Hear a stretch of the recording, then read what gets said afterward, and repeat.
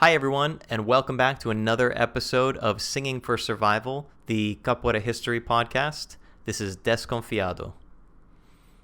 In today's episode, I want to take a look at a few different related topics. When we discuss Capoeira history, particularly more recent history, we often focus on the events and people in Bahia, namely in Salvador, which we often consider the birthplace of modern Capoeira.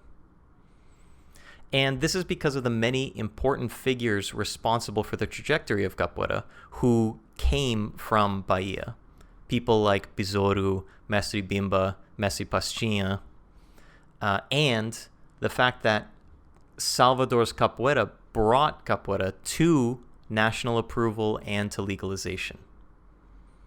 However, the more I research, the more I find Capoeira in Rio de Janeiro incredibly interesting and really telling of some of the archetypes that we associate with Capoeira today. There are many famous Capoeiristas who come from Rio, like Madame Sata, who we talked about previously. And in my opinion, the Capoeiristas of Rio heavily influenced what we picture as the stereotypical malandro today.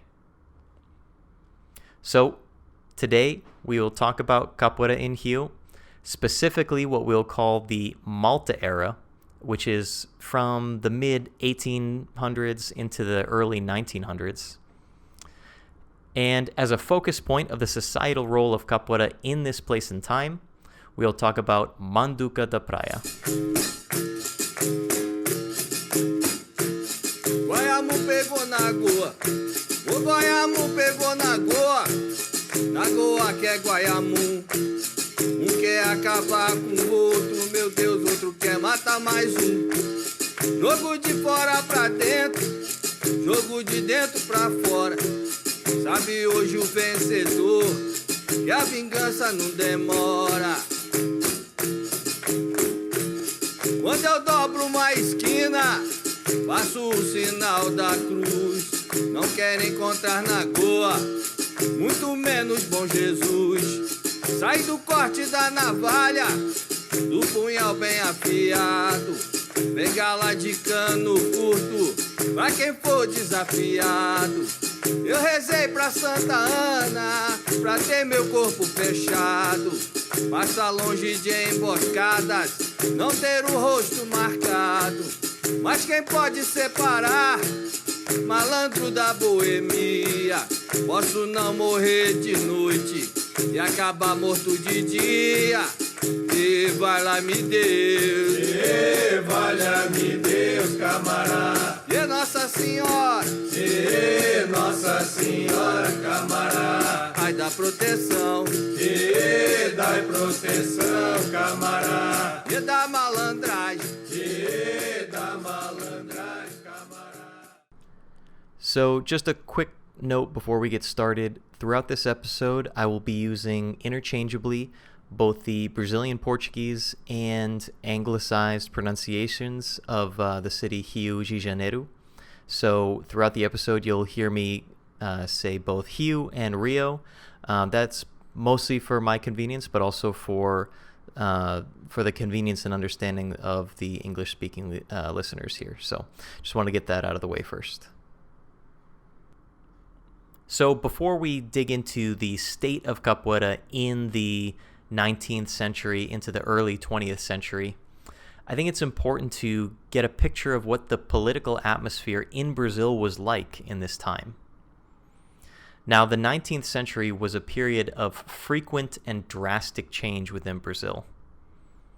Just to name a few important dates and events, in 1822, Brazil gained its independence from Portugal. In 1850, the international slave trade was abolished. In 1865, the Paraguayan War started, which is a very, very important event in Capoeira history that we'll talk about at another time. In 1871, the law of free birth was passed, which stated that the children of enslaved people were no longer automatically considered to be enslaved themselves. In 1888, the Golden Law abolished slavery in Brazil. And in 1889, the monarchy was overthrown and the republic established. And between all of those dates, there were many other smaller revolts, revolutions, and wars fought within the nation. But suffice to say that there was a lot of tumultuous events happening politically within Brazil in this time. A lot of change. So with that in mind, I want to also give us at least a surface understanding of the structure of the Brazilian government through the 1800s, before the rise of the Republic at the end of that century. In this period, Brazil was a monarchy ruled at the top by the emperor. And though the emperor had the final say on most matters of the state, much of the actual legislative responsibility was held by the parliament. This parliament consisted of 50 senators and 102 deputies, and had the power to enact, revoke, and interpret laws, as well as controlling the national budget. Senators were indirectly elected by the people, and this means that elections were held to promote senatorial candidates, and then the emperor selected senators from those candidates.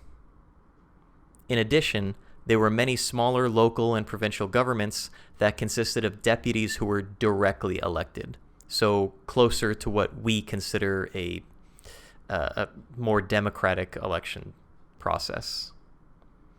All this to say, even though the government of Brazil at this time was a monarchy, voting was still extremely important and had direct impacts on both local and national governments. Voting was actually mandatory for the majority of this century, although the fact that it was mandatory didn't mean that everyone got to vote. There were income requirements in order to be eligible to vote. However, considering the state of competing countries at this time, the voting requirements in Brazil were fairly permissive.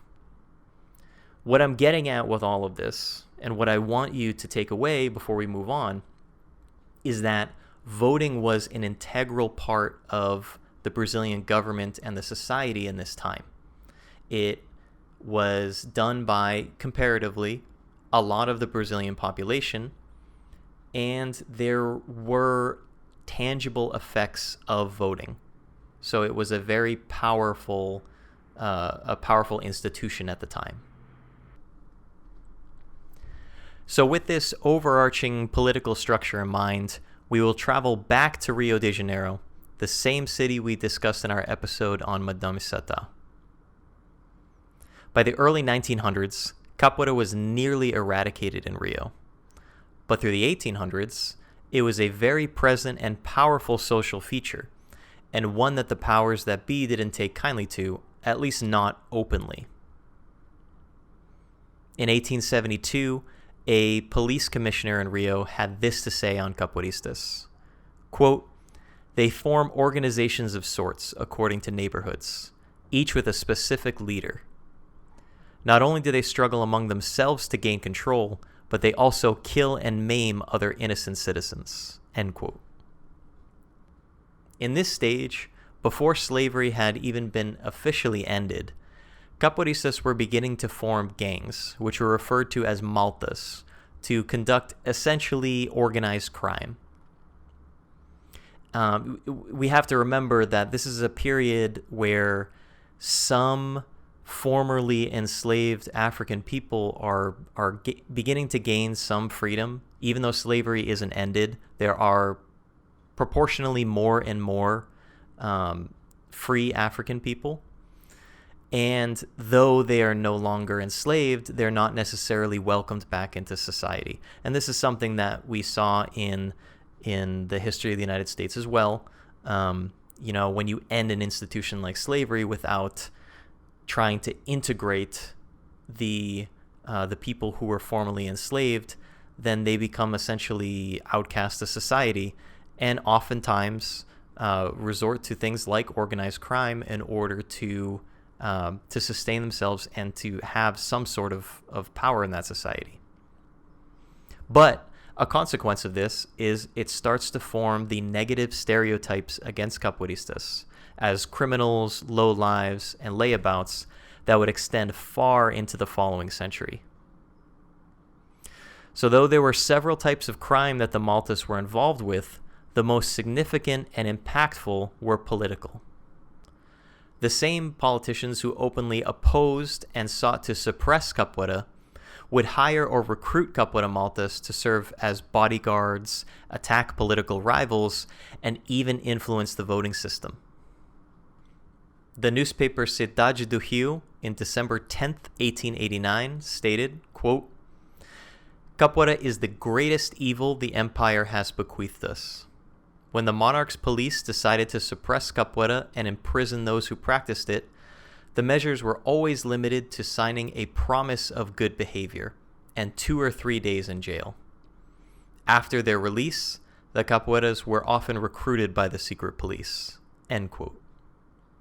And another newspaper, A República, in a March 1873 edition, stated, quote, "This is a reign of terror. We are under the thumb of gangsters. The fears we expressed when we saw the voters caving in to these abusive attacks have been fully and sadly confirmed. The Flor da Gente, a Capoeira Malta, power is accepted and is now openly in command, while the police have gone bankrupt and formed an alliance with them."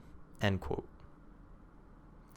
This last entry mentions the Malta's effect on voters, which was the most prominent way powerful politicians utilized them. Capoeiras often served as guards to the polls who encouraged voters favorable to their patrons and deterred their opponents, often with savage beatings. And in addition to that, you can tell from the tone of these entries the almost hatred for Capoeira at this time. I talked a little bit before about the state of Capoeira Maltas creating, or maybe not creating, but enforcing these negative stereotypes on Capoeiristas themselves. And you can see that really explicitly expressed in these entries, with that first one calling Capoeira the greatest evil, and the second claiming that there was a reign of terror from the Capoeiristas. These are incredibly visceral terms to talk about Capoeira with, and kind of shows where the media was going with their portrayal of Capoeira, and therefore what most likely many of the common people in the city or how they perceived Capoeira at the time. So in this time period, all the way through the 19th century, there were many Maltas throughout Rio, all kind of located in their distinct districts, or in Rio they call them parishes. But towards the latter quarter of the 19th century, all of these various groups would merge into the two most infamous, the Nagoas and the Guayamos. The Nagoas were situated in the Lapa, Gloria, and Santa Luisa Beach parishes of Rio. They were affiliated with the conservative parties, and so were favored by Pedro II and the rest of the monarchy. Their members were said to be primarily Africans and their descendants, and they typically wore white over red and a hat pulled forward. The Guayamos, on the other hand, were located in the Santa Rita and Sacramento parishes, nearer to the city center, and were said to have primarily mixed-race members. They were affiliated with the liberal parties of the time and typically wore red over white with a hat raised in the front. It's really interesting to see how these two Maltas used coloring and clothing styles to indicate their affiliation, since it's really easy to tie that into how modern gangs in both the United States and elsewhere have operated. And if you look into it, if you look into some old newspaper reports, you can actually find some interesting interactions that had to do with color.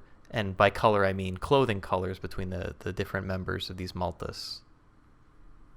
So along those lines, the Nagoas and the Goyamus had a fierce rivalry with each other, partially because they supported opposing political parties and therefore goals, and partly because they battled over territory and influence within Rio. Placidio Abreu writes about these two maltas in 1886 as follows, quote, "When in a capoeira encounter, one of the participants is killed and he happens to belong to one of the Goyamus group, they will not rest until they avenge his death. A case in point is the death of the famous Frenchman, murderer of 16 people and leader of the São Domingo de Guzmão. It happened after the end of the Paraguay War, when one of the battalions arrived near here. Gigante, leader of the group Bolinha de Prata, killed him with a threshing machine at São Cristóvão, in retaliation for the death of a no less famous capoeirista, Jorge Marinha, who himself had killed a Nagoa on Orive Street. The death of the Frenchman was revenge for the death of Pinta Prata from Lapa. The Caboclo Jacob's death came next, followed by the death of Alimãozinho." End quote. And this illustrates just how violent the rivalry between these groups was, and you can easily, draw parallels to violence that we've seen in the U.S. Between gangs, as well as other places in the world.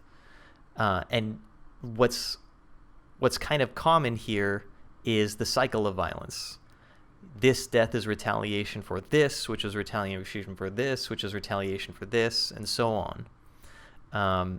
And you can see how this might shape the public opinion of the Maltas and Capoeira associated with that, and how this is going to generate certain stereotypes about Capoeira in general and Capoeiristas in general that persisted for decades and even really close to modern day in Brazil.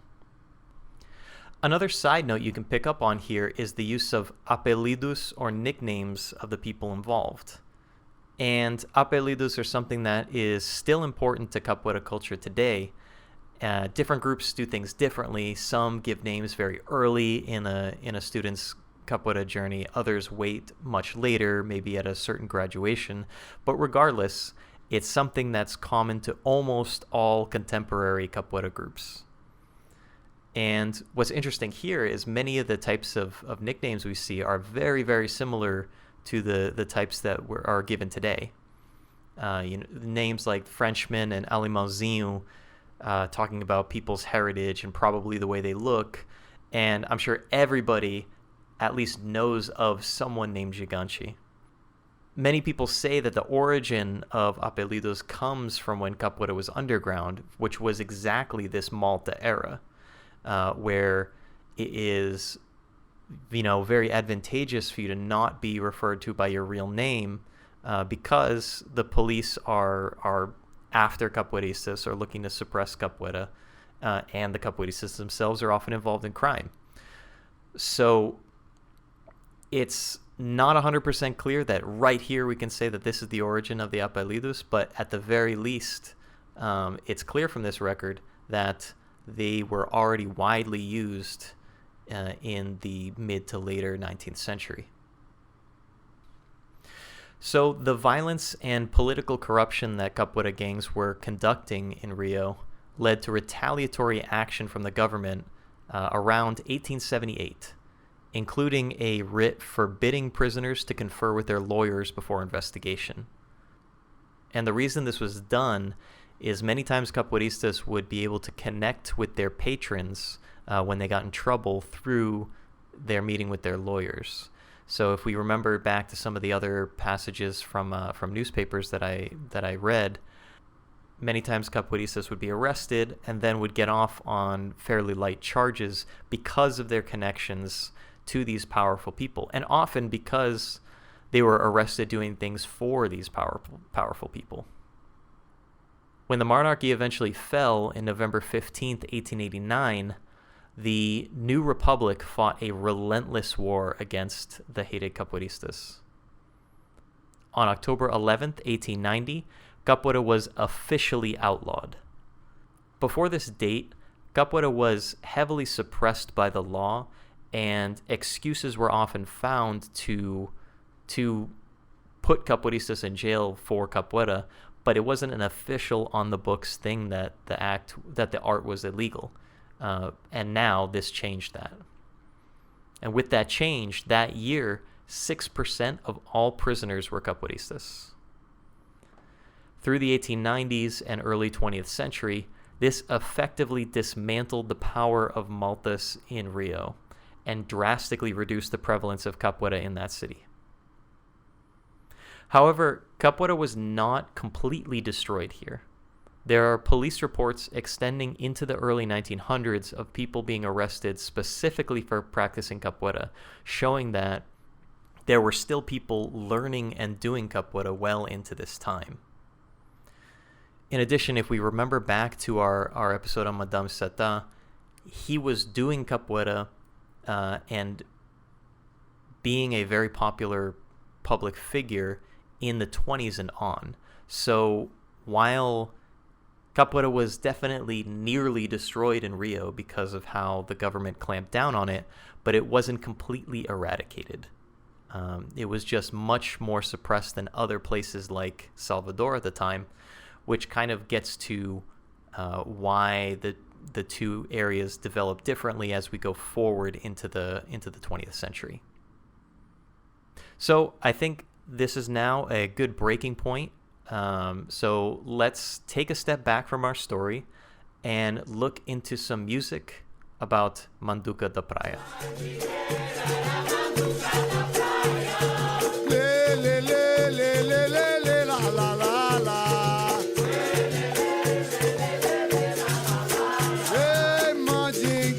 Era Manduca da Praia. Começou sua carreira lá no Brasil, dentro de um curral com touro bravio, homem de negócio da freguesia de São José. Tinha uma banca de peixe lá no mercado perto do seu Zé. Manduca da Praia era um homem brigão, atupado claro e valentão, feriu muita gente leve e gravemente. Todos os processos dele se safou, mandingueiro. Mandingueiro. Oi, desce como a soma de todos os processos, ele se safou, mandingueiro. Nas eleições de São José, ouviu-se gritos e correria. Manduca numa briga com 5 romeiros armados de pau. Deu cabeçada, gingou, deu amada, levou uma paulada, se desnorteou. Desceu na rasteira, subiu na ponteira e saiu vencedor, mandingueiro. Mandingueiro.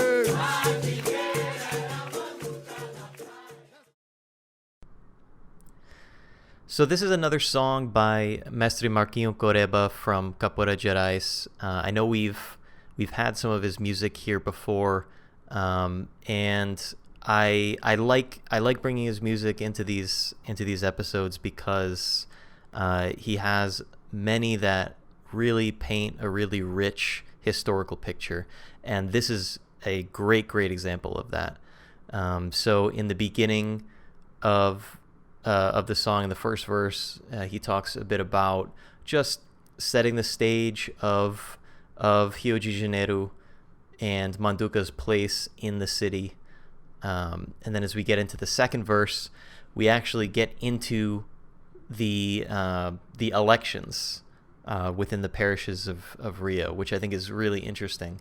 And it's important to the story since the Capoeira Maltas at the time and Manduca himself were involved with, working to influence those elections. And that verse talks about him fighting 5 men armed with sticks, with his capoeira skills to come out on top.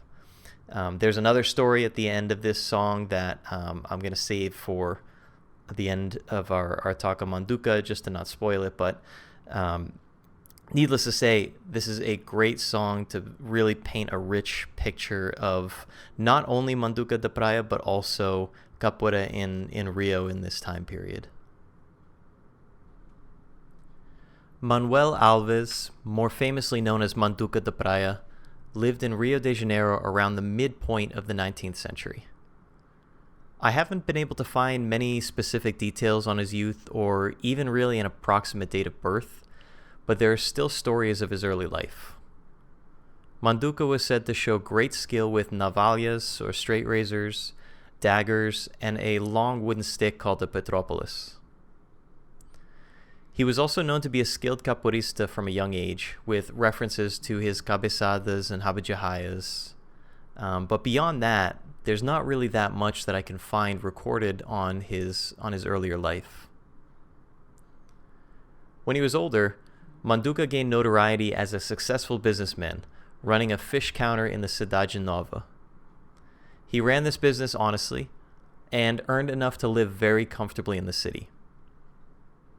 There's several different sources that give a description, or really a physical description of Manduca da Praia, and they all essentially say the same thing, just with slightly different wording. So, to condense all of those, Manduca is described as follows. Manduca da Praia was a light-skinned mestizo, tall with a full beard, pointed, gray and copper color. White or straw beaver hat on top of his head, with eyes bloodshot and wide open. Of a balanced and resolute demeanor, his face had something that imposed fear and confidence. Alongside his legitimate business, Manduca also followed the footsteps of other capoeiristas of his time. He was said to have been a bodyguard and henchman for some local politicians, and his reputation as a capoeirista and fighter made him very sought after for these jobs. For this reason, Manduca gained many friends in high places, the influence of which he would use to his advantage. It's said that through his adult life, he had 27 charges against him for both minor and serious injuries that he caused, and he was acquitted of all of them by his powerful patrons. And this kind of gets back to the attempts at limiting the power of capoeiristas in the city when, the rights of meeting with a lawyer when you were charged with a crime was removed, because this is often how the capoeiristas would get in touch with their patrons to either reduce their sentence or get them freed. But interestingly, though Manduca was involved in the capoeira lifestyle and was taking on many of the jobs that Capoeira Maltas were doing at the time, it's said that he wasn't associated with either the Goiamus or the Nagoas.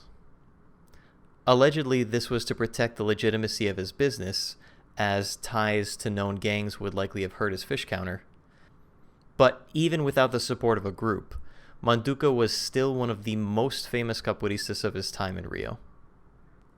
Part of this fame is tied to one story where a Portuguese deputy named Santana sought Manduca out because of his reputation as a fighter. And there's kind of mixed retellings of how this fight went. In some it was a draw, in some Manduca ended up on top, but in either case, it led to them developing a mutual respect and great friendship. And this story of his fight with Santana is actually in the final verse of Mestre Marquinho Coreba's song that we went over previously. So at this point, we start to think about who Manduca da Praia was and where he fits within the grand scheme of capoeira archetypes, particularly for the more influential figures in capoeira history. And as I was thinking about this, I stumbled on a kind of random blog post that I think at least directs our discussion really well. It said, quote, Manduca was not a capoeira philosopher as much later Mestre Pastinha was, nor a fighter and capoeira revolutionary like Mestre Bimba, who created Regional Capoeira and the first academy in the 1930s, nor a root and foundation capoeirista like the current masters João Pequeno and João Grande, nor a representative of the spirit of high spirits trickery as was Mestre Leopoldinha. Manduca is emblematic of the Malta era of Capoeira in Rio de Janeiro. He was a successful businessman who dressed himself like a malandro and was part of the industry of political influence and tampering that Capoeira had involved itself with at this time. And he's also a great example of the contradictions in the treatment of Capoeiristas and Capoeira in general by the structures of power. He is at the same time practicing an art that is vilified by the government, the media, and we can only imagine, a large portion of the population. But at the same time, he's working directly for these same patrons and politicians who are then helping him get off for his crimes. And that's why I think that Manduca is such a great focus of discussion for when we talk about Capoeira in Rio, especially in this time period from the mid-1800s all the way through the early 1900s, because the things that he was up to was essentially a part of the stereotype of what Capoeira was in Rio at this time. Especially when we talk about groups like the Nagoas and the Guayamus, who were doing really the exact same thing that Manduca was, just in more of a organized method or an organized system than Manduca was. So, since Manduca we can think of as kind of a lone operator in that world. And I think if we take who Manduca was and we think back to our episode on Madame Sata, I really think these two characters are really emblematic of what Capoeira in Rio was, and also what it was to be a malandro in this time period, as a capoeirista especially. And those kind of archetypes of what the roles that they filled really carried forward into more modern day Brazilian culture, into what the kind of cartoon of a malandro might look like that you think of now, right down to the dress, the way they act, their personality, and their ability to fight. But I think it's also important to take a look at, really critically, Capoeira's association with crime in this time. It's undeniable that Capoeira was thought of as a criminal activity through this time period, especially in Rio, and for really good reason. We talked a lot about the political influence and the political crimes that Capoeira Maltas would participate in, and the couple excerpts from the newspapers that we brought up really emphasize how Capoeira was viewed and was portrayed in this time. And that's not to make excuses for Capoeira here. I mean, Capoeira has always been a tool of the oppressed in Brazil, and it's still that here. It's still being used by a marginalized group of people. I mean, the fact that they are doing crime with it is really a testament to their marginalization, almost more than anything else. But what I want to make a point of here is the stereotypes and the imagery that was associated with Capoeira in this time carried through almost all the way to present day in Brazil. With Capoeira always being associated, even once it was legalized, even once it was structured, even once it was, named a national sport of Brazil, there were still negative stereotypes associated with Capoeira for being a low-class activity, for being something that lazy people do, that criminals do, and kind of good evidence of this is a book by Professora Lang from Filhos de Bimba. It's called Bimba's Rhythm is 1, 2, 3. It's a really wonderful, wonderful book. I really highly recommend that if you're interested in learning more about more recent history, you read it.